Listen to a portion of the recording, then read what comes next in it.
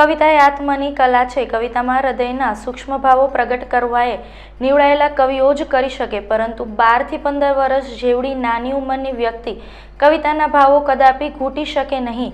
આ વિષય તેમના માટે જટિલ થઈ પડે છે, પરંતુ આવું જટિલ કાર્ય માણાવદર તાલુકાના કોડવાવ ગામના રહીશ હરેશભાઈ પરસાણીયાની 15 વર્ષની દીકરી રિયાએ સુલભ બનાવ્યું છે।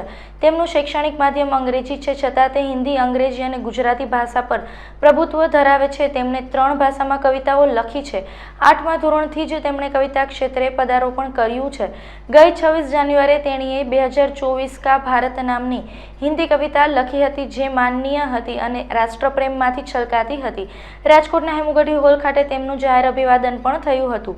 ઉપરાંત વાક ચતુર્થી પ્રેરાય પોલીસ હેડક્વાર્ટર ખાતે એક સાંસ્કૃતિક કાર્યક્રમમાં પણ તેમનું જાહેર સન્માન કરાયું હતું। તાજેતરમાં જ બહુ થોડી જ કવિતાનું સિલેક્શન કરી તેમણે માય વે ઓફ લિવિંગ નામના એક નાનકડો કાવ્ય સંગ્રહ લોન્ચ કર્યો છે, જેમાં મનની અભિવ્યક્તિના સુપેરી દીદાર થયા છે અને કવિતા ક્ષેત્રે ઉત્તેજિત કરવા તેમણે માતા પિતા તથા ક્લાસના શિક્ષકો તેમજ તેમના મોટા પપ્પા અને મોટા મમ્મીએ પ્રોત્સાહન આપ્યું છે અને કવિતા ઉપરાંત વાંકછાટમાં પણ તેમને ઇનામો મેળવ્યા છે અને ગુજરાત આખા કદાચ સૌથી વધારે નાની કવિત્રી હોય તો તે રિયા પરસાણીયા જ હોઈ શકે।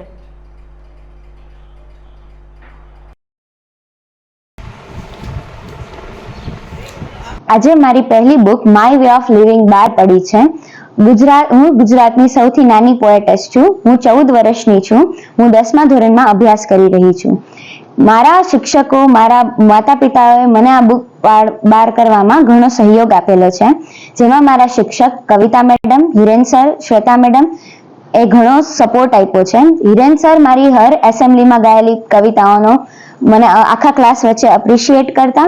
સૌથી મોટો હાથ અગર હું કહું તો કવિતા મેડમ ઠાકરનો છે, તે મને બહુ સપોર્ટ કરતા અને જ્યારે 9મા ધોરણમાં બહુ ભણવાના કારણે હું અમુક વાર કવિતા ન લખી શકતી તો એ મને આવીને મુદ્દા દેતા કે હું કવિતા લખું અને એ મારું બંધ ન રહે।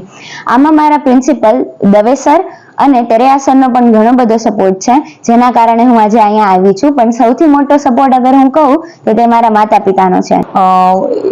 રિયા સારી એવી સ્પીચમાં અને પોએટમાં એવી સારી એવી કવિત્રી છે અને અત્યારે સૌથી નાનામાં નાની ગુજરાતની સાવ નાનામાં નાની પોએટ છે અને અત્યારે એની બુક બહાર પડી રહી છે।